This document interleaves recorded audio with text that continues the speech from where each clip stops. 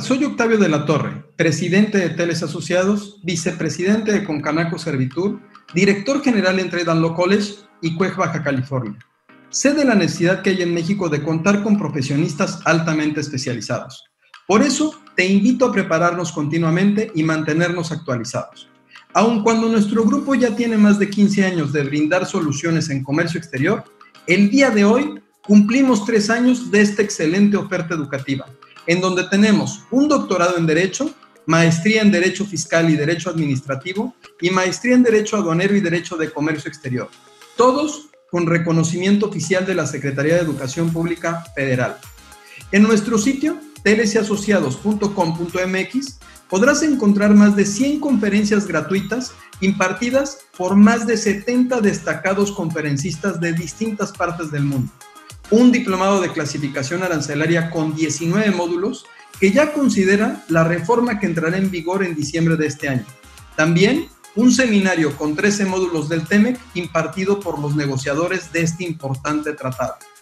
Próximamente arrancaremos con nuestra carrera técnica Tráfico de Mercancías y Tramitación Aduanera. En Trade Law College, los catedráticos tienen la pasión por enseñar, pero sobre todo el conocimiento, y colaboran tanto en el sector público como en el sector privado. Nuestro plan de estudios está muy actualizado, pero nuestros catedráticos, al ser expertos en la materia, te enseñan con experiencias y con ejemplos que podrás aplicar y seguro enriquecerán profesionalmente tu actividad. Recuerda que una maestría o un estudio de posgrado no solo mejora tu preparación profesional, sino también te ayuda a ampliar el networking o tus relaciones profesionales. Tenemos la experiencia de que los egresados han hecho más que amigos, sociedades, recomendaciones laborales e incluso han ampliado su cartera de clientes. Adicional a las clases, complementamos tu desarrollo académico con recorridos guiados a las principales dependencias, presentaciones de libros, certificaciones, conferencias, uso de tecnología, todas las herramientas que te permitan explotar al máximo tus habilidades. Pregunta por nuestros planes de estudio y conoce más entrando a www.tradeandlawcollege.edu.mx o escríbenos a info@tradeandlawcollege.edu.mx. También nos puedes contactar en el correo tlc@tlcasociados.com.mx.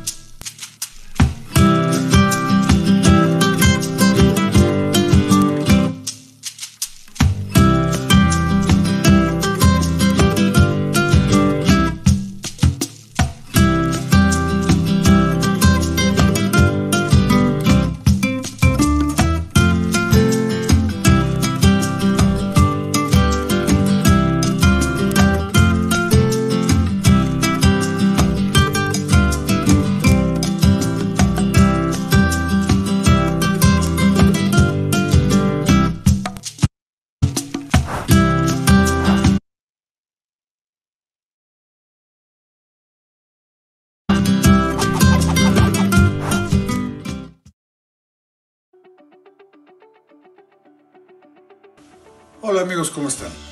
Quiero invitarlos al diplomado en clasificación arancelaria que tenemos en TLC Asociados y Trade and Law College. Vamos a ver ahora dos nuevos módulos. El número 20, que va a tratar y vamos a analizar la nueva ley del Impuesto General de Importación y Exportación que estamos aplicando ahora. Vamos a hacer un análisis de la estructura de esta ley y qué nos representa cada uno de sus elementos. Vamos a ver también cómo vamos a aplicar las nuevas notas nacionales y qué vamos a hacer con las notas explicativas de la Organización Mundial de Aduanas. Y analizaremos también los números de identificación comercial, los NICOs, cómo se deben aplicar, cómo se deben procesar, cómo debemos aplicarlos para nuestra declaración y nuestra clasificación arancelaria. Estén con nosotros, los esperamos. Gracias.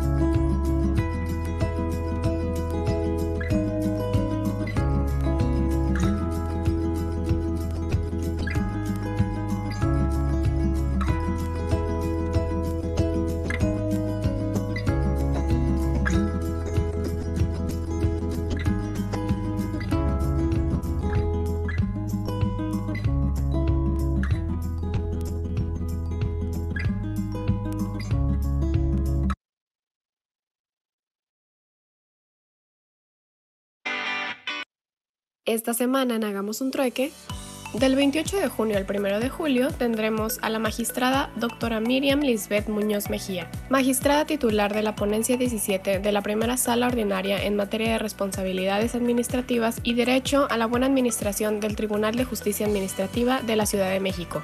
El 28 de junio con el tema Anatomía del Sistema Nacional Anticorrupción y los sistemas locales. El 29 de junio tendremos al licenciado David Mojica, socio de la firma Mojica y Compañía y de asesores en Administración y Productividad SC, con el tema Entorno de las criptomonedas y su regulación en México. El 30 de junio tendremos al maestro Francisco Burgoa, coordinador de carrera de Comercio Exterior en la Universidad Autónoma de Tamaulipas y director de Burgoa Consulting, con el tema La Séptima Enmienda y otras historias de clasificación arancelaria. El 1 de julio tendremos al maestro Ricardo Méndez, líder de consultoría en Teles Asociados, director académico de Trail Law College, CUEG, Baja California y presidente de la Academia de Derecho Fiscal de Baja California, con el tema Múltiples riesgos en las operaciones aduaneras. No olvides que puedes ver todas nuestras transmisiones en vivo a través de Zoom, YouTube y Facebook. También puedes encontrar todos los audios de nuestras pláticas a través de nuestro podcast. Búscanos como Hagamos un Trueque en cualquiera de estas plataformas y escúchalos donde quieras. Esto es Hagamos un Trueque de TLC Magazine México. ¡Te esperamos! Hola, ¿cómo están? Buenos días, bienvenidos a Hagamos un Trueque. Como saben, un evento de TLC Magazine México. Ya la última semana de junio en estos trueques, pero ya vamos a empezar julio. Les traemos muchas sorpresas, ya estamos listos con el calendario del mes de julio. Como siempre, agradeciendo que ya tenemos 1 año, 4 meses en este programa generando comunidad, compartiendo conocimientos y experiencias. Y bueno, hoy no es una excepción. El tema del día de hoy está muy interesante, es Anatomía del Sistema Nacional Anticorrupción y los sistemas locales. Para eso nos acompaña la magistrada doctora Miriam Lisbeth Muñoz Mejía. Bienvenida, doctora, ¿cómo está? Bienvenida a Hacer un Trueque. Hola, muchas gracias, muy buenas tardes y pues aquí encantada y honrada de estar con ustedes presentando este libro el día de hoy. Gracias. Al contrario. Y bueno, estamos muy emocionados porque sabemos que para México el tema de la corrupción, con el índice de percepción de la corrupción del 2020, México tiene una posición número 138 de 180 países y creemos que a lo mejor el Sistema Nacional de Anticorrupción nos va a apoyar a cambiar esta percepción, pero sobre todo a realmente hacer un cambio en la sociedad y en esta discusión política que es crítica y en el impacto social y económico que representa la corrupción. Y bueno, doctora, antes de iniciar el trueque de hoy, queremos dar que nos dé chance de presentar el dato peque del trueque del día de hoy.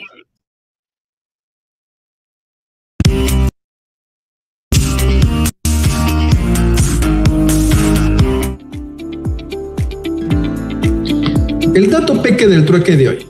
¿Has escuchado que el SAT revisará los depósitos en efectivo a partir de 15,000 pesos?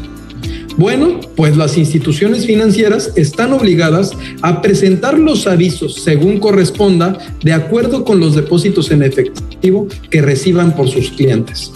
Esto en términos del artículo 55, fracción cuarta de la Ley del Impuesto sobre la Renta.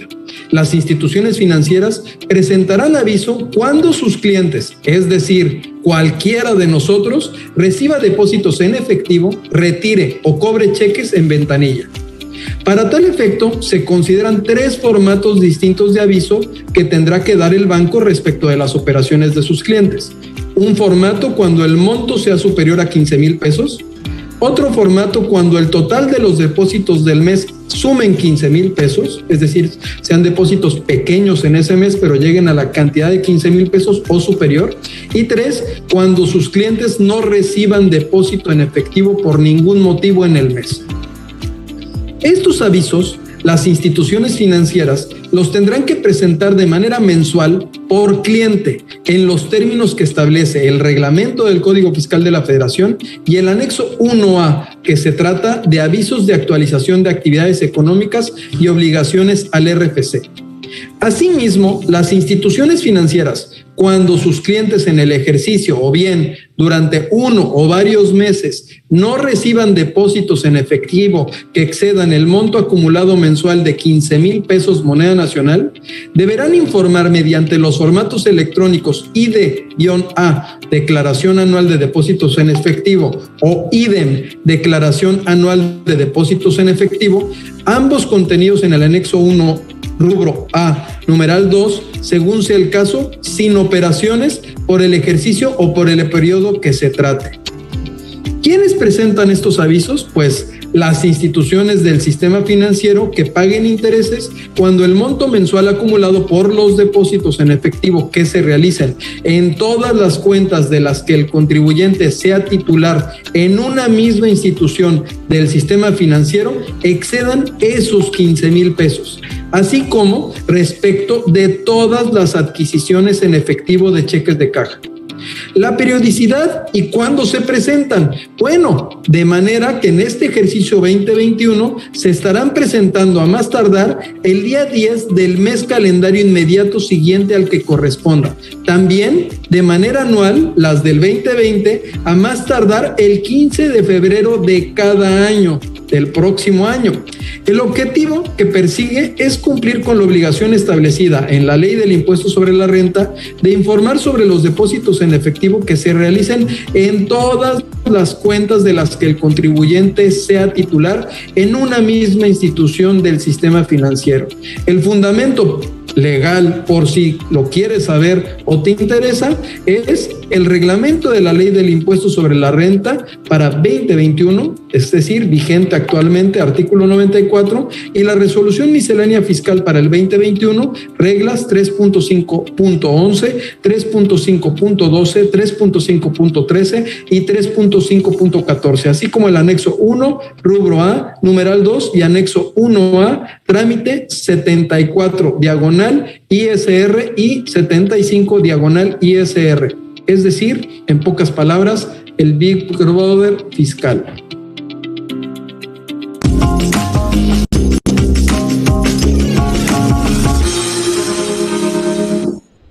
¿Cómo ve, doctor Carvajal, el Big Brother fiscal que dice Octavio que nos van a estar observando por 15,000 pesos a partir de ya? Pues ya sabemos que somos fiscalizados. Ya, ahora sí, todos, ahora sí, como dices, sí, el Big Brother vamos a estar muy observados y bueno, esto fue el dato peque del día, del trueque del día de hoy. Y bueno, doctora, para darle la palabra, ¿me permite presentar su semblanza, por favor? La doctora Miriam Lisbeth Muñoz Mejía es magistrada titular de la ponencia 17 de la primera sala ordinaria de materia de la responsabilidad administrativa y derecho de la buena administración del Tribunal de Justicia Administrativa de la Ciudad de México.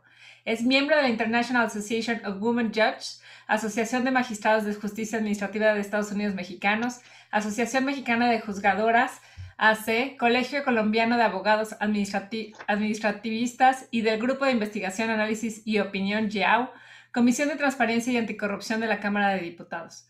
Presidenta de la Comisión Anticorrupción de la Asociación de Magistrados de Justicia Administrativa del país. Doctora con mención honorífica en Derecho por el Centro Universitario de Estudios Jurídicos. Maestra en Derecho y especialista en Derecho Administrativo con mención honorífica por la División de Estudios de Posgrado de la Facultad de Derecho de la UNAM. Licenciada en Derecho por la misma universidad.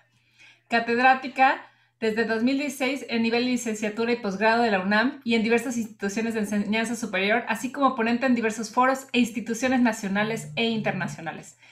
Cuenta con diversos artículos sobre el Sistema Nacional de Anticorrupción publicados en diversas revistas jurídicas especializadas, así como participación en diversos libros.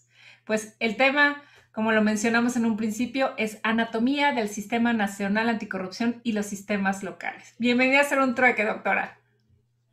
Hola, pues gracias nuevamente, de verdad muy honrada de estar en este panel de expertos Me consta la calidad, digo, aquí tenemos muchísimas muestras que sería interminable, pero un poquito por mi formación en la UNAM, bueno, el doctor Máximo Carvajal, pues por supuesto una mención especial, de verdad un gusto, y pues a todos los que están aquí con nosotros, no quisiera hacer menos a nadie ni señalar, simplemente en este contexto de la universidad, de verdad muy honrada de estar con todos y cada uno, Gabriel Bejar, Edgar Preciado, Miguel Carlos Ramírez, Juan Preciado, en fin, todos los que nos acompañan, de verdad, muchas gracias por honrarme este día presentando esta obra que espero sea de gran utilidad. Pues muchísimas gracias. Y bueno, pues básicamente sería una charla, tiene más o menos como 45 minutos y al final a lo mejor los panelistas pueden hacer algún comentario, preguntas y respuestas que se den en el foro. Así que ahora sí, el trueque es suyo. Gracias.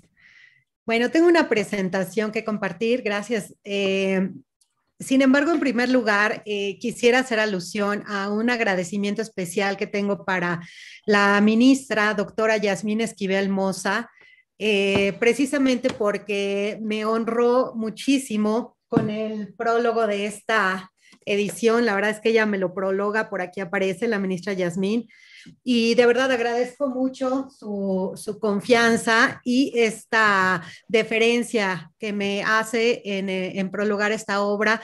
Y bueno, compartimos mucho ya que ella también ha estado muy en pie de combatir la corrupción y también fue parte del Tribunal de Justicia Administrativa como su servidora. Entonces, en primer lugar, ese agradecimiento. Y en segundo lugar, pues un poco explicar el porqué de esta obra, ¿no? ¿Por qué Anatomía del Sistema Nacional Anticorrupción? Previo a la presentación y explicar, pues me gustaría señalar que pues la anatomía es la ciencia que nos describe las diferentes partes del cuerpo y la interacción de estas. Así, el libro tiene como finalidad explicar precisamente las distintas partes que conforman el sistema nacional y la interacción que se genera entre ellos. Este sistema, que a diferencia de la visión orgánica tradicional que se ha dado en nuestro país, al crear una institución que se va a dedicar a investigar, a analizar o a combatir algún fenómeno, pues ahora no vamos a tener ese organismo, no tenemos un nuevo ente, no es un órgano constitucionalmente autónomo, no. Este sistema trata de la coordinación de autoridades. Ese va a ser uno de los esquemas fundamentales. Ay, ¿sí me escuchan? Perfectamente. Sí, ok, es que por aquí se me fue la pantalla, pero ya. Entonces, te decía, aquí se trata de que coordinemos a las autoridades. El combate a la corrupción en México no es algo nuevo. Ya desde el siglo XIX encontramos en nuestras constituciones y en las leyes el juicio de residencia y otros planteamientos para combatir la corrupción de distintos servidores públicos. Creo que en este momento particular de México tenemos muchas leyes y muchas instituciones que tratan de combatir este fenómeno, tanto en la vía administrativa como en la vía penal. Tenemos delitos electorales, bueno, muchos tipos de procedimientos que van a combatir este mal, que decíamos es un mal además de todos, no es un mal exclusivo de una sociedad, de un estado, sino que es algo que se da como fenómeno a nivel mundial. Y bueno, en efecto, la corrupción es obviamente un fenómeno social que conlleva la alteración negativa de las instituciones. Es particularmente visible en la órbita de actuación del sector público, precisamente porque su impacto va hasta los ciudadanos. Y pues al trascender a la esfera de los particulares, pues por supuesto que genera gran atención el trabajo que se realiza en esa área. Sin embargo, el efecto nocivo de la corrupción puede generar, entre otros problemas, mal desempeño de gobierno, violación de derechos humanos, pérdida de vidas. Ya no nos vayamos al aspecto económico, que todos sabemos que son miles de millones de pérdidas lo que se genera en corrupción, el 9% del Producto Interno Bruto aproximadamente. Y decimos aproximadamente porque al ser una actividad ilícita no tenemos parámetros reales de medición.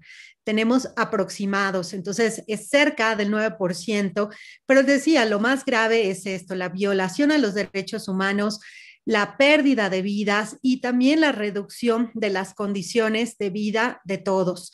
No tenemos servicios públicos correctos y el dinero se desvía para un fin distinto, aquel para el que fue otorgado a una administración. Tenemos obras públicas deficientes, que bueno, creo que sobraría en este momento hablar de algunos ejemplos de casos de obras públicas que han resultado en tristes tragedias actuales para nuestros connacionales, ¿verdad? Y bueno, precisamente estamos en un problema que a pesar de todo esto, en muchas ocasiones es tolerado. En muchas ocasiones podemos hablar de una especie de corrupción blanca, gris y negra, en donde la corrupción blanca va a ser generalmente tolerada. A veces tenemos prisa, nos detiene un oficial de tránsito y hay quien prefiere dar un apoyo, ¿no? La clásica mordida para salir del paso y continuar con sus actividades. Y lo minimizamos como si esto no trascendiera como los grandes escándalos de corrupción. Y sin embargo, esto por supuesto que deteriora las instituciones, deteriora el servicio público y deteriora las condiciones de vida. En verdad, es mucho más fácil en muchas ocasiones simplemente solicitar que nos den nuestra multa y acudir y pagarlo oportunamente con un súper descuentazo que nos va a salir baratísimo. Y además, bueno, nos actuamos en legalidad nosotros también, porque el combate a la corrupción es una responsabilidad de todos. Entonces, bueno, es generalmente tolerada. Ya hay grandes escándalos de corrupción que son del todo conocidos, ¿no? No solamente en México, sino a nivel mundial.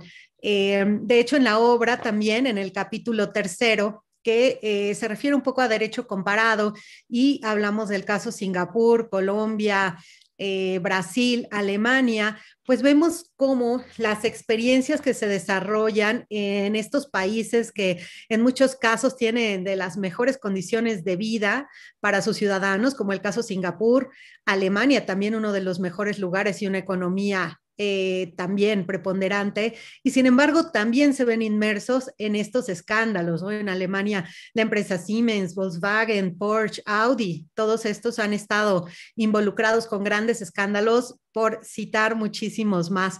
Entonces es algo que incumbe a todos su combate, ya que además sabemos que ahora se generan estructuras muy complejas para disfrazar estos grandes actos de corrupción y que se manejan por empresas transnacionales. Y entonces esta corrupción también trasciende fronteras. Por eso es muy importante señalar que en México este Sistema Nacional Anticorrupción, que es un esfuerzo que se realizó en el gobierno anterior, para crearlo y para establecerlo ya en las leyes, como sucedió en 2015, que en mayo de 2015 ya se estableció a nivel constitucional este sistema, y en donde, bueno, implicó la modificación de 14 preceptos constitucionales. Ahorita vamos a ver cuáles son estos, pero que fue realmente un esfuerzo por combatirla, por crear nuevos procedimientos, por esta interacción de autoridades, y que además trató de ajustar nuestra legislación a las convenciones internacionales que México tenía celebradas en la materia, como son la Convención Interamericana contra la Corrupción de la Organización de los Estados Americanos, también la Convención para combatir el cohecho de servidores públicos extranjeros en transacciones comerciales internacionales de la OCDE, y la Convención de las Naciones Unidas para combatir la corrupción, o Convención Mérida, que fue firmada el 9 de diciembre de 2003 y ratificada por el Senado de la República en México en 2004, y que precisamente el Día Internacional de la Corrupción se celebra el 9 de diciembre, derivado de la suscripción de esta Convención de las Naciones Unidas contra la Corrupción. Entonces, bueno, aquí el Estado mexicano había generado una serie de obligaciones para adaptar su legislación, sus procedimientos a los estándares internacionales de las convenciones. Y bueno, si bien ya contábamos con algunas cosas, la verdad es que hacía falta mucho por avanzar en este camino, Y con el sistema creo que se dio cumplimiento a muchos más aspectos de los contemplados en estas convenciones. Entonces, en este libro también, en el capítulo 2 que mencionamos, todo el marco jurídico marco normativo de combate a la corrupción que denominamos, bueno, hablamos de las convenciones, hablamos de las 7 leyes que se reforman y que surgen también a raíz de la creación de este sistema y cómo se van adaptando los procedimientos, las faltas administrativas, que ahora se incluye en las sanciones como faltas graves a los particulares en situación especial, cómo se transforma en el Código Penal el capítulo de los delitos cometidos por servidores públicos, que ahora se denomina delitos por hechos de corrupción. Y bueno, una serie de cuestiones más que se fueron modificando, las facultades de la auditoría también para realizar auditorías en tiempo real y terminar con este principio de anualidad y posterioridad, sino que ya pueden realizarse en tiempo real. Y bueno, un cúmulo de facultades adicionales, además de cambiar todo el esquema de responsabilidades administrativas, el procedimiento que se sigue. No se crea un nuevo derecho administrativo, que muchas veces ya también hay esa idea que tenemos un nuevo derecho administrativo disciplinario y que está surgiendo y que tenemos que comenzar a generar doctrina. No, esto ya lo teníamos desde hace mucho. Lo que sí sucedió es que se ajustaron las reglas del juego, por decirlo de alguna manera, y cambia el procedimiento, se divide el procedimiento, distintas autoridades van a conocer de cada etapa, de la etapa de investigación, substanciación y resolución. Se involucra también ahora a los tribunales de justicia administrativa en el combate a la corrupción. ¿Y de qué manera? Bueno, siempre los tribunales habíamos sido garantes de la legalidad de la actuación de la autoridad administrativa, al vigilar que ejercieran el poder con apego al marco legal.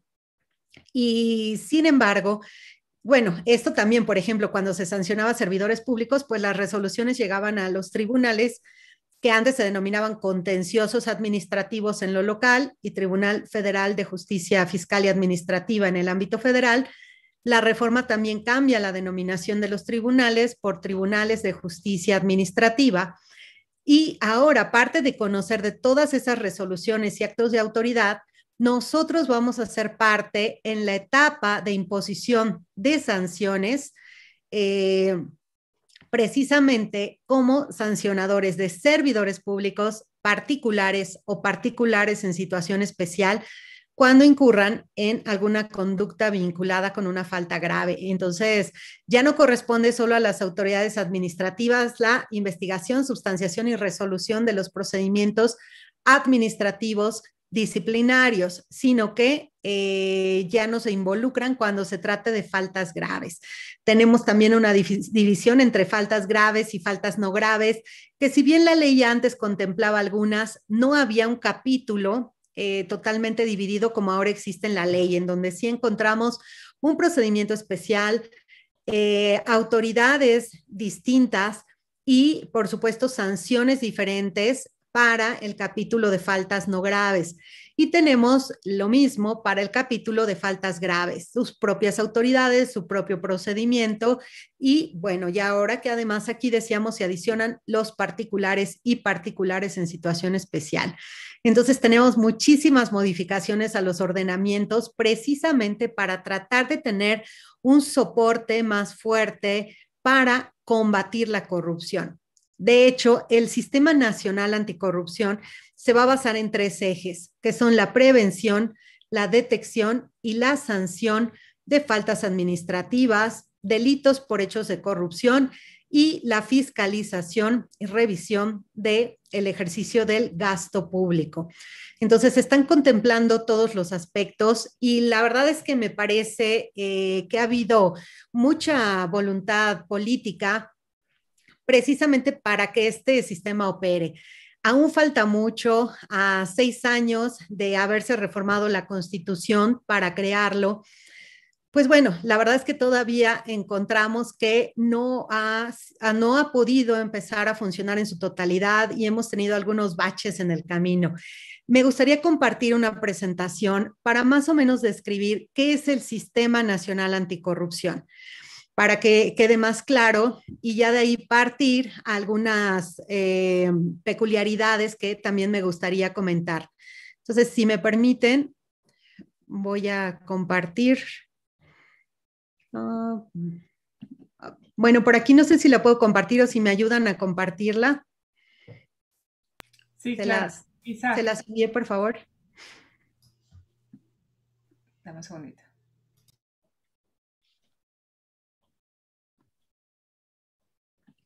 Veo que ya tenemos varias preguntitas por ahí, ya después al final iremos resolviéndolas. Como que es un particular en situación especial, es algo que marca la ley. Bueno, aquí si lo puedes poner en pantalla completa, gracias. Bueno, pues este es el libro que acabamos de publicar bajo el sello de la editorial CUEG, su servidora, y les digo, la verdad, honrada con este prólogo de la ministra Yasmín Esquivel Moza. Y bueno, aquí precisamente vamos a describir qué es el Sistema Nacional, en dónde se encuentra regulado, cuál es su objeto y en general su funcionamiento. Primero, en el capítulo primero, pues vamos a tener precisamente la conformación del sistema nacional. Como vamos a ver más adelante, requirió la modificación de distintas leyes y también la creación de nuevas leyes, igualmente la creación de sistemas locales. Y también en el libro, pues vamos a ir explicando esa normatividad y después cómo se deben implementar los sistemas locales para tener total operatividad a nivel nacional. Si puedo adelantarla yo o lo van adelantando ahí. Bueno, entonces decíamos, esta reforma constitucional implicó la modificación de 14 preceptos y básicamente se reformaron para dotar de homogeneidad a todo el ordenamiento para la creación del sistema, las facultades de los congresos para crear las leyes en materia administrativa, para crear las leyes para reformarlo en lo relativo a la fiscalización, para homologar el lenguaje, que antes teníamos las contralorías, ahora tenemos órganos internos de control.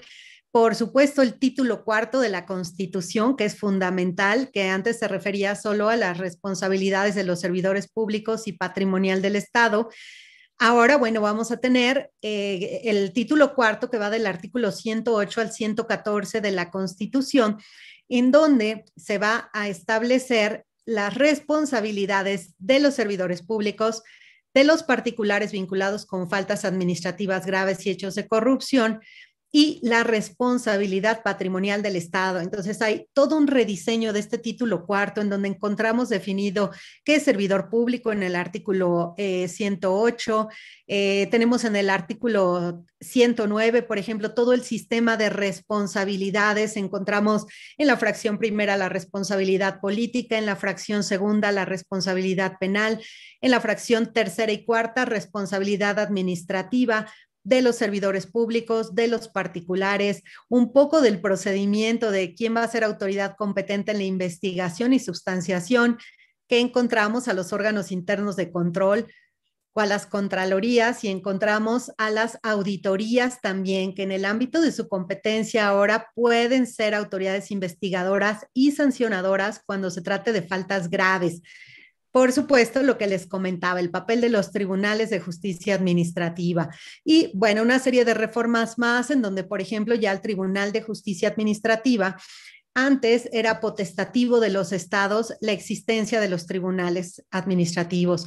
Sin embargo, con la reforma que se da a la Constitución, lo que se establece también es una obligación a cargo de las entidades federativas, precisamente de contar ya obligatoriamente con tribunales de justicia administrativa, precisamente porque van a formar parte del Sistema Nacional Anticorrupción desde dos frentes. Uno, como miembros de uno de sus principales comités, si adelantamos la lámina, que va a ser el comité coordinador, y otro, que va a ser su papel como sancionadores tratándose de faltas graves. Entonces, son temas de gran trascendencia. Y bueno, les decía, esta reforma surge en mayo el 27 de mayo de 2015. Posteriormente, las leyes marco las vamos a encontrar en mayo de 2016. Estas leyes marco lo que van a implicar es que van a ser leyes modelo para todas las entidades federativas.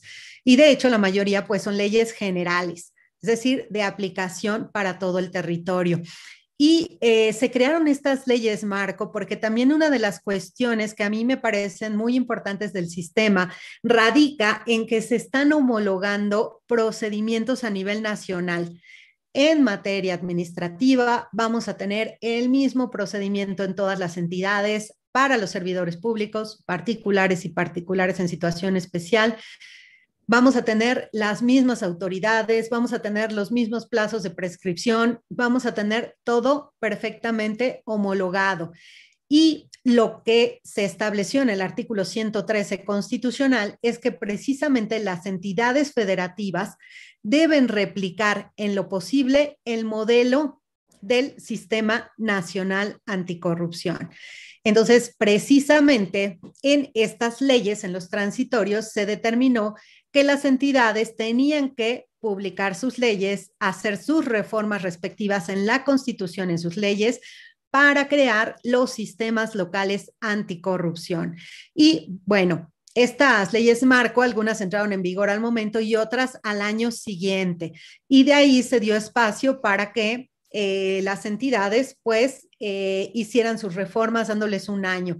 Esto significa que aproximadamente en 2017 deberían de haber quedado integrados los sistemas locales anticorrupción y empezar a operar todo el sistema nacional. Sin embargo, esto no sucedió.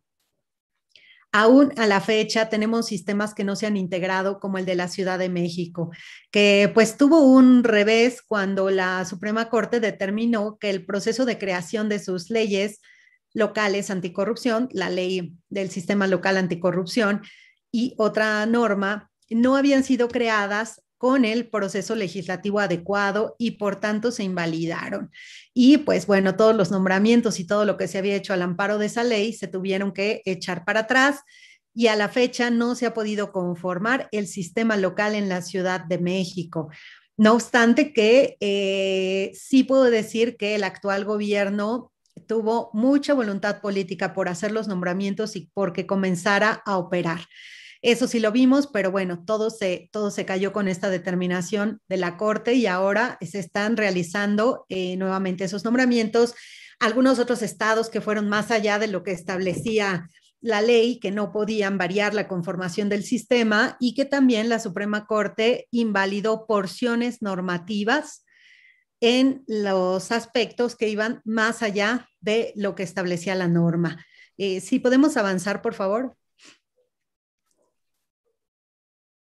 Gracias. Bueno, las leyes secundarias, estas leyes marco que se crearon, fueron las denominadas 7 leyes, que implicó la expedición de la Ley General del Sistema Nacional Anticorrupción, la Ley General de Responsabilidades Administrativas, la Ley Orgánica del Tribunal Federal de Justicia Administrativa, la Ley de Fiscalización y Rendición de Cuentas de la Federación, y también se realizaron reformas a la Ley Orgánica de la Administración Pública Federal, reformas a la Ley Orgánica de la entonces Procuraduría General de la República. Aquí sí abro este paréntesis para señalar que estoy marcando esta ley porque en su momento fue la que se reformó. Sabemos que con la reforma política del Estado de 2014 se estableció que esta Procuraduría ya podría pasar a ser un órgano constitucionalmente autónomo en el momento en que se emitiera la declaratoria correspondiente por el Congreso. Sin embargo, esa declaratoria no se realizó sino hasta diciembre de 2019. Entonces, en el momento en que surgen estas leyes en 2016, pues seguía siendo la Procuraduría General de la República. Ya les digo, a partir de diciembre de 2019 tenemos a la Fiscalía General de la República como órgano autónomo y por supuesto también después se emitió su ley respectiva. Y bueno, también se realizaron las reformas al Código Penal para modificar este capítulo de los delitos por hechos de corrupción. Aquí también es muy importante señalar que en nuestro ordenamiento no tenemos un delito como tal, un tipo penal en el que se establezca el delito de corrupción. que yo me he encontrado en algunos foros o a veces en programas de radio, de televisión que hablan del delito de corrupción. Eso no existe. Tenemos delitos por hechos de corrupción, pero no tenemos alguno que defina como tal a la corrupción. Simplemente sabemos que van a ser prácticas de abuso de poder en beneficio particular, ¿no? Este uso ilegítimo del poder para beneficiarse. Y pues de ahí se han creado los distintos tipos administrativos o penales para establecer qué conductas pueden ser sancionadas, pero no vamos a encontrar ese tipo de corrupción. Y bueno, estas fueron las leyes que se crearon o que se reformaron. Por supuesto, se consideró la expedición de una nueva cuando implicaba tantas modificaciones a la legislación existente que podría no quedar de manera coherente e integrada, ¿no? Entonces, para dotar igual de homogeneidad y de coherencia, pues mejor se creó una ley estableciendo las nuevas facultades de las autoridades en materia de combate a la corrupción. Por ejemplo, bueno, por supuesto, la Ley General del Sistema era necesaria para regular cómo va a estar operando porque es de nueva creación. La Ley General de Responsabilidades Administrativas para establecer los nuevos procedimientos, los nuevos plazos de prescripción que antes eran de 1 a 3 años, se amplían de 3 a 7 años, dependiendo del tipo de falta, que además es mejor porque los procedimientos de investigación se pueden realizar con más especialización. La Ley Orgánica del Tribunal Federal de Justicia Administrativa, porque para desarrollar su nueva competencia se crearon salas especializadas. Y entonces, bueno, se tuvieron que establecer en la ley, además, junto con el cúmulo de facultades que van a desarrollar esta nueva competencia. La ley de fiscalización y rendición de cuentas, porque igual cambiaron todas las reglas respecto de la auditoría que se realiza y las demás reformas porque no implicaban tantas modificaciones a la legislación de manera completa. Si avanzamos, por favor.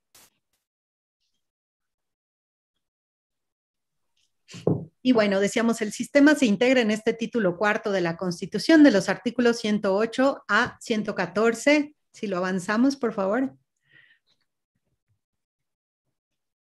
Y bueno, ¿cómo se define este sistema? El artículo 113 establece que el Sistema Nacional Anticorrupción va a ser la instancia de coordinación entre las autoridades de todos los órdenes de gobierno competentes en la prevención, detección y sanción de responsabilidades administrativas y hechos de corrupción, así como en la fiscalización y control de recursos públicos. Entonces, aquí está muy claro, es solamente una instancia de coordinación. También nos señala que va a ser entre las autoridades de todos los órdenes de gobierno. ¿Por qué? Pues porque obviamente debemos involucrar a todos, a la federación, a los estados y a los municipios. Esos tres ámbitos de competencia del gobierno. Y bueno, la participación de cada uno se va a dar de una manera diferente. De hecho, hay mucha controversia respecto a la participación de los municipios porque algunas entidades han interpretado que deben ser parte creando también sistemas municipales. Sin embargo, el sistema no los contempla, como ahorita lo vamos a analizar, y que ha dado pie a grandes problemáticas en muchas entidades, en donde además por la propia conformación de los sistemas no se podría lograr en un ámbito municipal. Y bueno, obviamente porque se trata de que sea también algo ágil y algo dinámico, y en nuestro país tenemos más de 2,000 municipios. En Oaxaca tan solo 570 municipios, no habría ni siquiera presupuesto para crearlos, ¿no? Sí implicaría un gasto, además de que no existen las autoridades ni el diseño político, jurídico político para establecerlo, como ahorita vamos a comentar. Sin embargo, por supuesto que estoy convencida que pueden participar de una manera coordinada, especialmente porque también estoy convencida de que los municipios son uno de los principales aspectos o que son fundamentales en la vida cotidiana de todos, ya que es la autoridad que está más cercana a cada uno de nosotros. Entonces, el combate también puede darse más directo y puede ir escalando a nivel nacional. Pero bueno, si lo adelantamos, por favor.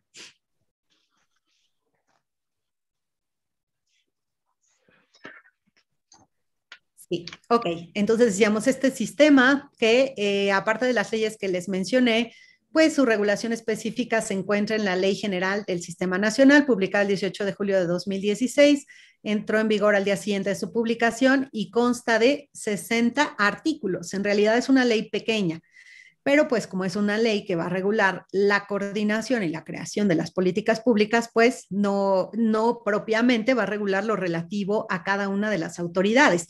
Estas ya tienen su propia competencia en sus propias leyes. Solamente va a regular cómo van a interactuar y cuáles van a ser las facultades de todas aquellas que participan en este sistema.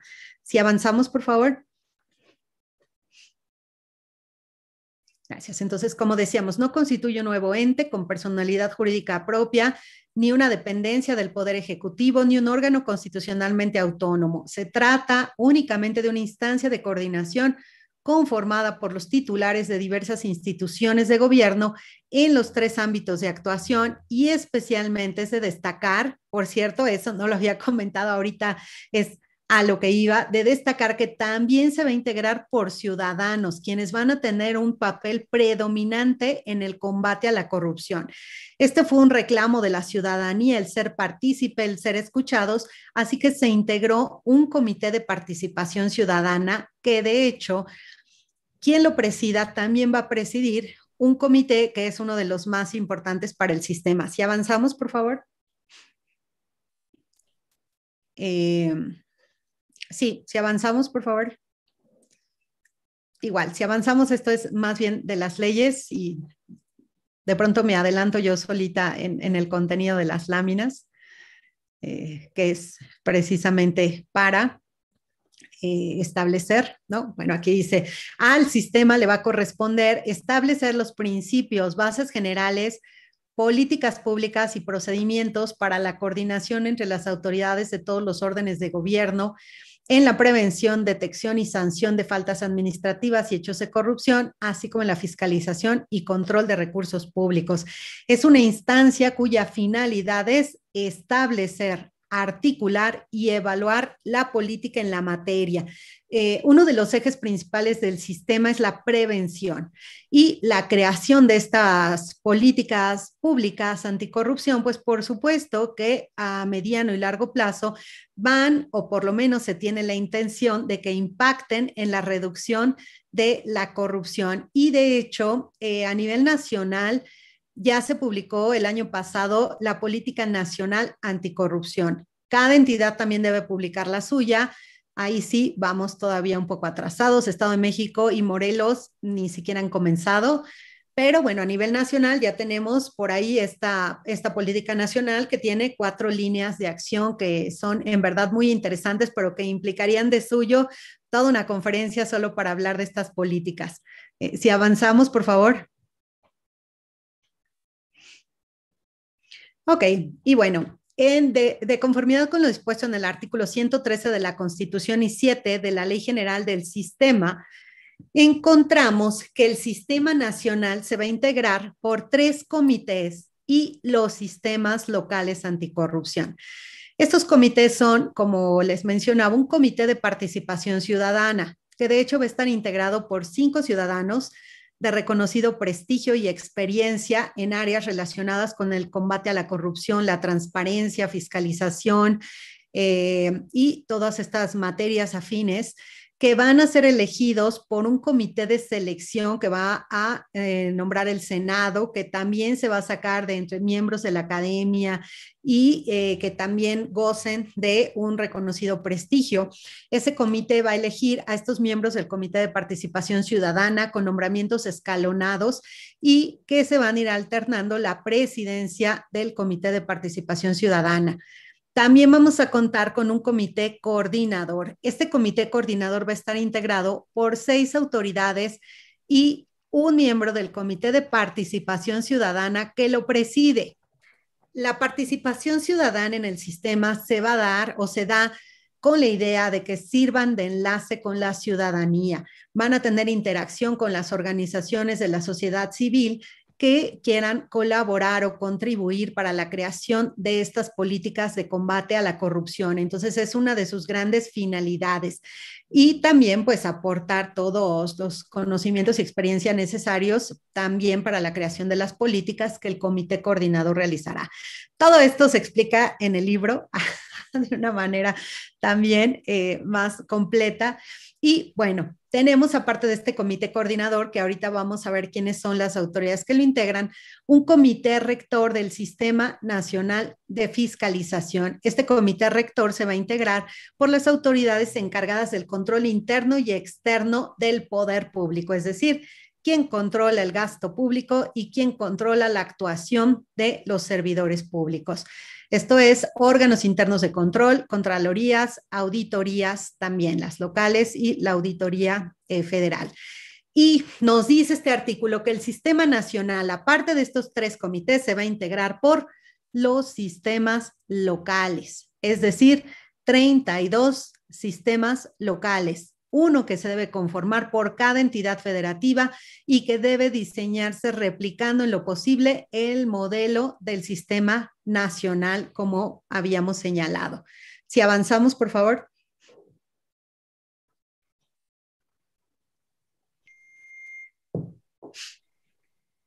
Y bueno, decíamos que se pasa de una visión orgánica a una visión sistémica de coordinación entre autoridades, y aquí vamos a tener que el comité coordinador del sistema, el encargado de la elaboración de las políticas públicas, se va a conformar por el titular de la Auditoría Superior de la Federación, el titular de la Fiscalía Especializada en Combate a la Corrupción, titular de la Secretaría de la Función Pública, un representante del Consejo de la Judicatura Federal, el titular del Instituto Nacional de Acceso a la Información, el presidente del Tribunal Federal de Justicia Administrativa y un ciudadano que lo va a presidir. Como podemos ver, todas estas autoridades, por supuesto que están vinculadas con el combate a la corrupción.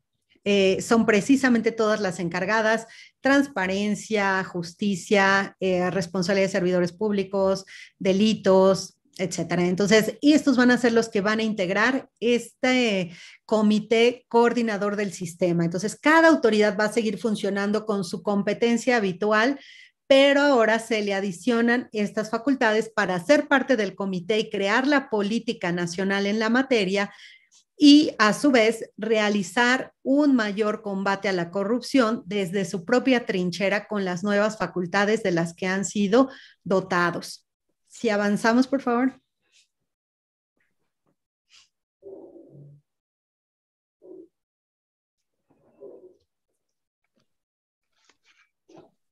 Y bueno, otro aspecto a destacar es que a raíz del surgimiento de este sistema nacional, les decía, no tenemos un nuevo ente, no tenemos un nuevo organismo. Sin embargo, sí se crea un órgano de apoyo técnico del comité coordinador, porque obviamente al ser nuevas funciones y una competencia colegiada, pues necesitan quien coadyuve con la realización de estas funciones para no distraerlos tampoco de sus funciones básicas o esenciales que por su naturaleza tienen asignadas de origen. Y así encontramos la creación de la denominada Secretaría Ejecutiva, que va a ser la encargada de proveerle la asistencia técnica y los insumos necesarios para el desempeño de sus atribuciones, siendo el único órgano que se crea. Y esta va a ser una paraestatal, va a ser un órgano descentralizado. ¿Okay? Entonces va a contar con su junta de gobierno, bueno, todo lo que conlleva una paraestatal. Es el único organismo que surge y va a tener, por supuesto, un secretario técnico que lo va a presidir. Y ese secretario, bueno, va a ser propuesto por el Comité de Participación Ciudadana. Y pues va a ayudar con esto y también con la evaluación de las políticas públicas en la materia para, en su caso, readaptarlas. Sí, continuamos, por favor. Y ya, ¿verdad? Bueno, gracias. A grandes rasgos, esto es lo que conforma el Sistema Nacional y las leyes que se tuvieron que reformar y modificar. Decía, al final también aplica toda la parte de las convenciones internacionales y pues ya en lo específico tendríamos que entrar al análisis de cuáles fueron las reformas a cada una de las leyes en la materia, pero el trabajo es de todos. Y ahora pues lo que tenemos que estar evaluando y revisando es cómo se están conformando los sistemas, quién falta y la voluntad política para terminarlos. Mucho hemos escuchado en redes, en medios, hasta en la propia academia, en el sentido de que este sistema no sirve para nada, que nada más nos cuesta dinero, que no funciona. Y bueno, es complicado evaluarlo si atendemos a que a la fecha no se ha logrado conformar en su totalidad. De hecho, por ejemplo, en materia federal, los magistrados anticorrupción apenas se están nombrando. El Comité de Participación Ciudadana tenía sus 5 integrantes, pero fueron feneciendo los plazos de sus nombramientos y no se conformó un nuevo comité de selección por parte del Senado para realizar los nuevos nombramientos. Entonces, a la fecha, en lugar de tener 5 integrantes, solo tiene 1. Como chiste de los perritos, de los 5 que tenía, ya nada más me queda 1. Y ahora, pues bueno, ya nada más queda un ciudadano que va a ser quien presida este comité de participación ciudadana y que interactúa con el comité coordinador, pero ahí sí ha faltado un poco de voluntad política para conformarlo en su totalidad. Entonces, creo que sí se está haciendo un gran esfuerzo por parte de las autoridades, pero aún tenemos mucho camino que recorrer. Y en el libro, en la parte final, pues yo me permito hacer una serie de reflexiones. Se los muestro otra vez. Me permito hacer una serie de reflexiones sobre la correcta implementación de los sistemas locales, que sobre todo es en donde se ha generado pues mucha confusión y en donde todavía nos falta bastante por avanzar en el camino y en donde también planteo que no basta realizar las reformas y los nombramientos, sino que tiene que haber un seguimiento puntual de la manera en que operan, de si las leyes son correctas o no.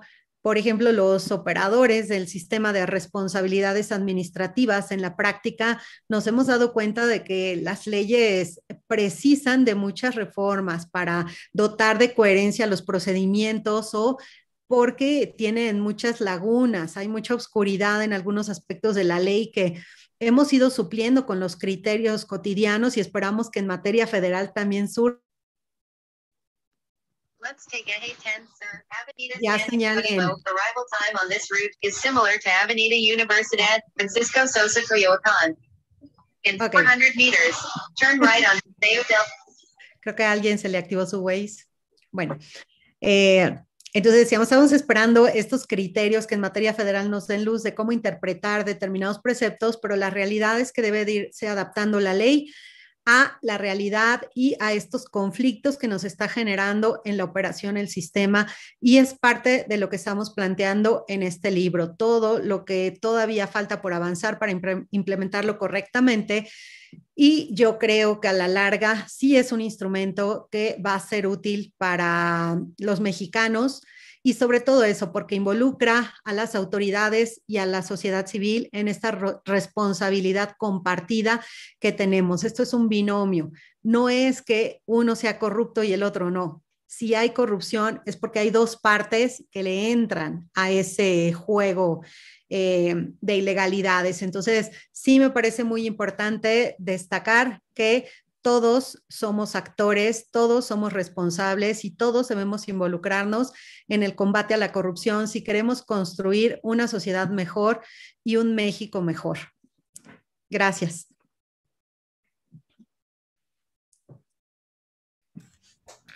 Pues un aplauso, aquí hay muchas felicitaciones. Aprovecho a lo mejor para abrir el micrófono a los panelistas si quieren hacer algún comentario, alguna pregunta.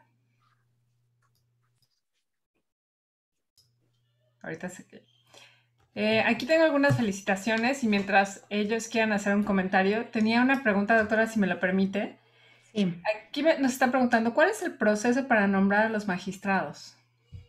Sí, tradicionalmente el procedimiento es que el titular del Ejecutivo va a realizar una propuesta y al legislativo le corresponde, en su caso, analizarla y ratificarla, ¿no? Aprobar ese nombramiento. En el caso de los magistrados, tanto los anticorrupción, que le llamamos, que en realidad somos especializados en materia de responsabilidades administrativas, es el mismo procedimiento y lo único que sí han establecido las leyes es que se trate de garantizar la paridad de género, que por ejemplo en la Ciudad de México, les puedo decir, de los 6 que nombraron, 3 somos mujeres y 3 fueron hombres, entonces sí fue un proceso paritario. Y también se considera en todo el sistema en general, no solamente respecto de los magistrados, que se busque que tengan el conocimiento y las capacidades necesarias para desarrollar esta función que es tan importante. Entonces, los procesos de selección han sido más exhaustivos, inclusive se publican los currículums, se dejan trabajos, se publican los trabajos de cada uno. En las comparecencias también hay preguntas de todos los que están ahí, de pronto se solicita si alguien quiere participar y también se ha dado oportunidad de cuestionar a quienes aspiran a estos cargos y finalmente se califica en un dictamen todos los elementos que propone el legislativo, que bueno, una, si se cuenta con los requisitos y dos, los conocimientos y todas las pruebas que se realizan y posteriormente se ratifican. Así ha sido ya en muchos casos, procesos más transparentes también, que creo que son importantes para dar legitimidad a estos cargos que tienen tanta responsabilidad. Aquí, por ejemplo, hay una felicitación, dice muy buena iniciativa, excelente presentación, el mejor de los éxitos con su libro y por el bien de nuestro querido México, la solución somos todos, ¿no? Sí. Y yo creo que es un comentario muy acertado, ¿no? Que tiene que, a partir de todos, hacer este cambio. Claro, sí, totalmente de acuerdo. Doctora, en el caso, por ejemplo, de los estados que no tienen, en este caso el fiscal, ¿cómo se maneja?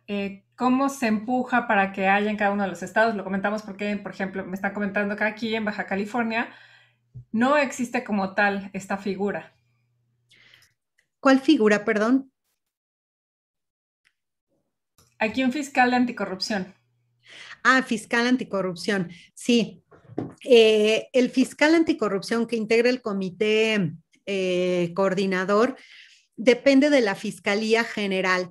Esta figura del fiscal especializado en materia de combate a la corrupción, en realidad no es una figura que haya surgido con la creación del sistema, porque el sistema surge en 2015 y el acuerdo del procurador que da vida a este fiscal anticorrupción, fiscal especializado, surge en 2014, es decir, un año antes que el sistema. Y de hecho, parte de las reformas que se hicieron con la creación de este sistema anticorrupción fueron a ese acuerdo del procurador para aumentar sus facultades en sincronía con lo establecido en el sistema nacional. Pero esta es una fiscalía que depende enteramente de la Fiscalía General o de la República o de cada entidad federativa. Entonces, ahí podría ser, por ejemplo, una iniciativa precisamente para una petición que se haga a las autoridades de nombrar a estos fiscales y a lo mejor hasta lo podría realizar por ahí el Comité de Participación Ciudadana o el Comité Coordinador, ya sea el del sistema nacional o el local, porque precisamente para integrar los sistemas se requiere que existan estas autoridades. Entonces, si no se han nombrado, debe realizarse porque forman parte del comité coordinador del sistema. Entonces, sí deben estar, están en las leyes generales y cada entidad debería nombrarlos, pero sí sería más como una labor de solicitar que haya esa responsabilidad política para hacer el nombramiento. Doctora, aquí también nos están comentando, en el Consejo Ciudadano, ¿cómo se eligen los integrantes? ¿Por convocatoria o algún otro proceso? Sí, tenemos dos aspectos. Uno es un comité de selección, que primero va a nombrar el Senado. Ese comité de selección va a elegir a los miembros del Comité de Participación Ciudadana. El comité de selección tiene un proceso largo, pero van a ser, ahora sí que ahí viene en el libro, les invito a leerlo, pero en general se van a elegir a 9 ciudadanos, algunos entre la academia, algunos entre la sociedad civil, que sean propuestos por universidades, por asociaciones civiles y que cuenten con una destacada trayectoria y experiencia en la materia y honorabilidad reconocida. Estos clásicos elementos para este tipo de organizaciones. Una vez que se designa el comité de selección, este va a funcionar por 3 años y su función va a ser elegir a los miembros del comité de participación ciudadana. Este comité, que va a ser el enlace entre las autoridades y la sociedad civil, se va a integrar por 5 ciudadanos, igual con notoria experiencia, trayectoria y probidad reconocida, que van a ser nombrados escalonadamente, uno por 1 año, otro por 2, otro por 3, otro por 4, así, y se van a rotar la presidencia.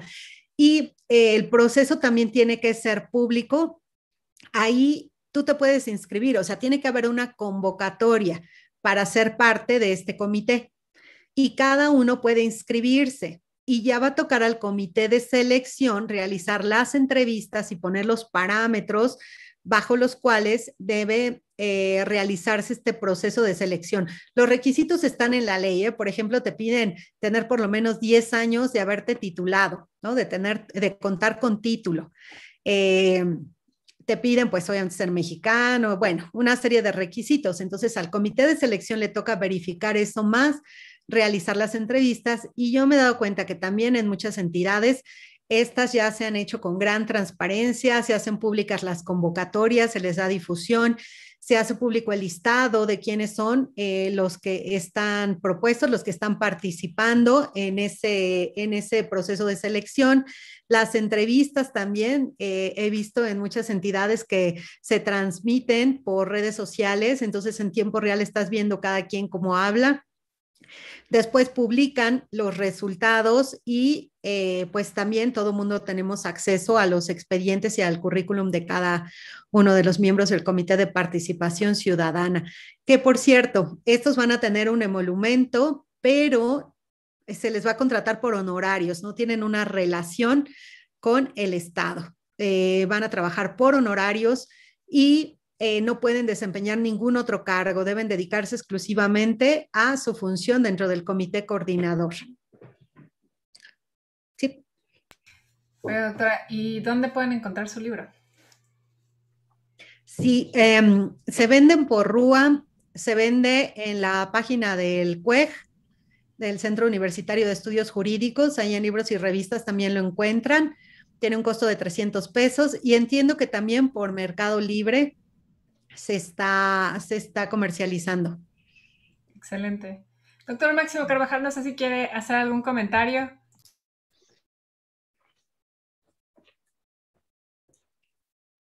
Su micrófono, doctor. Isa, ¿me ayudas a abrir el micrófono? Ahora sí, es que estaba yo silenciado. Antes que nada, Elizabeth, pues muchas gracias por la mención tan especial que has hecho de mi persona y quiero felicitarte. Extraordinario es el libro, un tema candente, un tema preocupante, una de las prioridades del país, una de las lacras que tenemos y lacerante de veras. Lástima que no se esté encontrando la fórmula para irlo combatiendo y combatiendo pues con toda la voluntad política como debe de haber en esto. Tu libro extraordinario por lo que veo, desde luego que lo pediremos a Mercado Libre para que nos los traigan y no salir con la pandemia. Y la charla muy buena. Es un tema que desgraciadamente no, ni siquiera por los que estamos interesados conocemos bastante.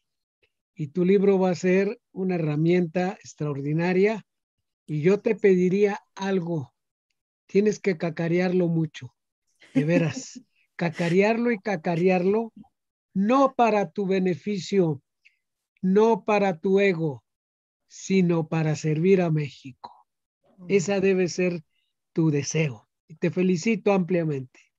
Muchas gracias, de verdad. Muchas gracias. Gracias, doctor Máximo Carvajal. Y no sé si pueda enseñar el libro, otra vez nos preguntan cómo se llama el libro. Entonces, otra vez para que lo empiece a cacarear, como dice el doctor Máximo Carvajal.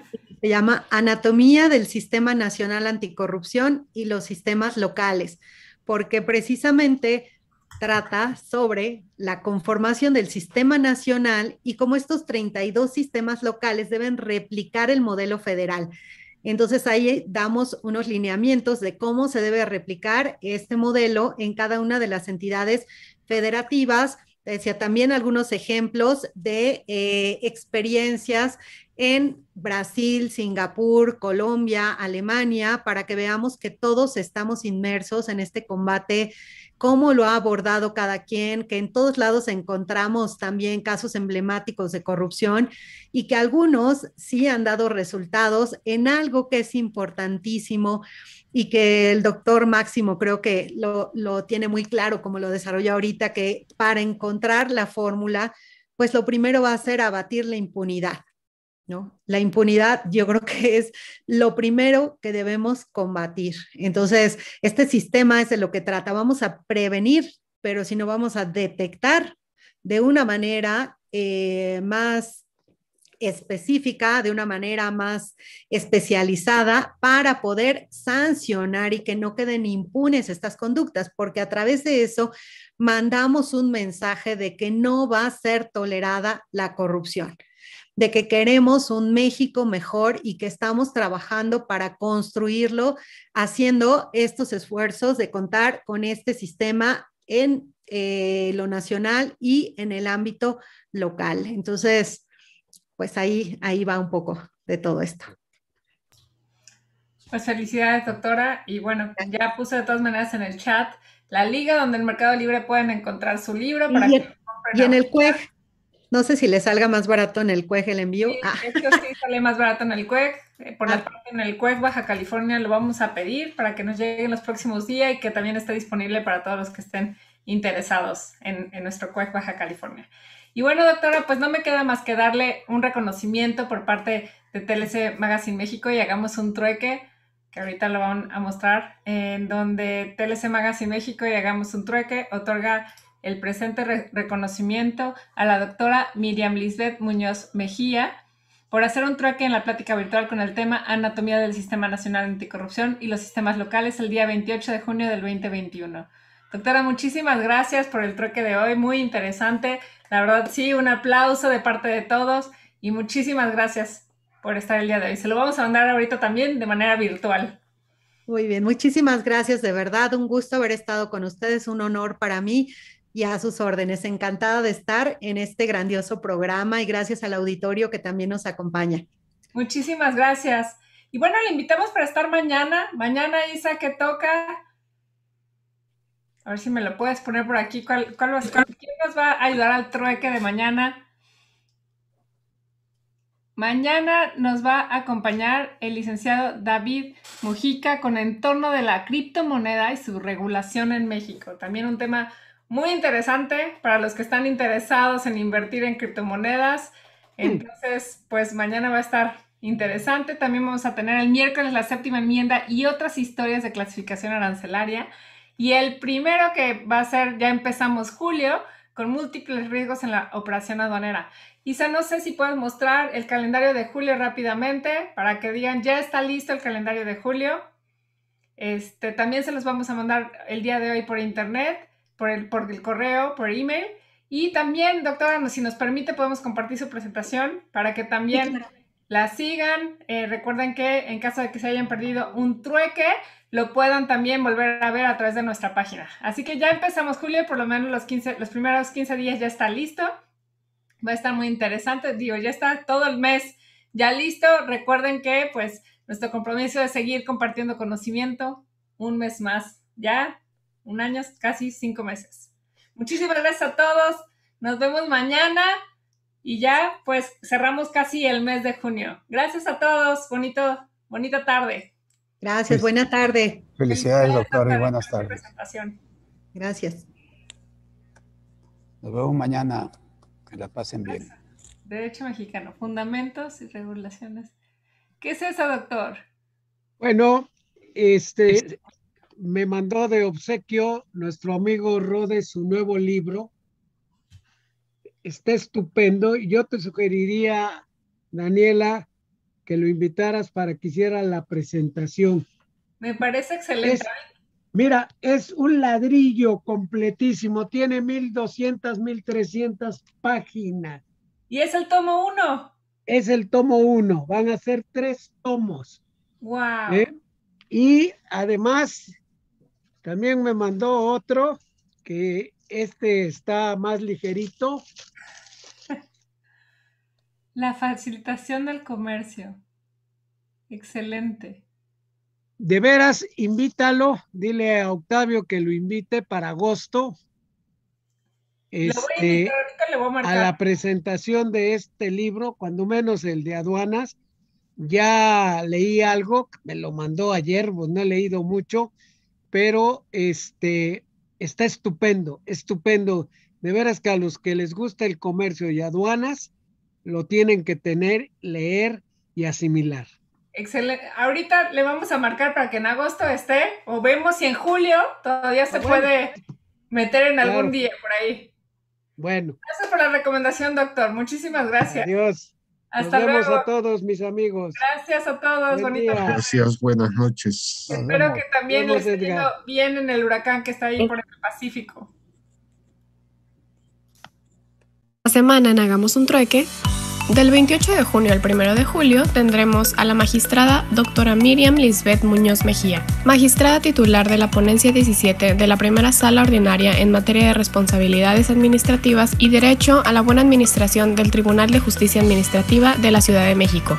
El 28 de junio, con el tema Anatomía del Sistema Nacional Anticorrupción y los sistemas locales. El 29 de junio tendremos al licenciado David Mojica, socio de la firma Mojica y Compañía y de asesores en Administración y Productividad SC, con el tema Entorno de las criptomonedas y su regulación en México. El 30 de junio tendremos al maestro Francisco Burgoa, coordinador de carrera de Comercio Exterior en la Universidad Autónoma de Tamaulipas y director de Burgoa Consulting, con el tema La Séptima Enmienda y otras historias de clasificación arancelaria. El 1 de julio tendremos al maestro Ricardo Méndez, líder de consultoría en Teles Asociados, director académico de Trail Law College, CUEG, Baja California, y presidente de la Academia de Derecho Fiscal de Baja California, con el tema Múltiples riesgos en las operaciones aduaneras.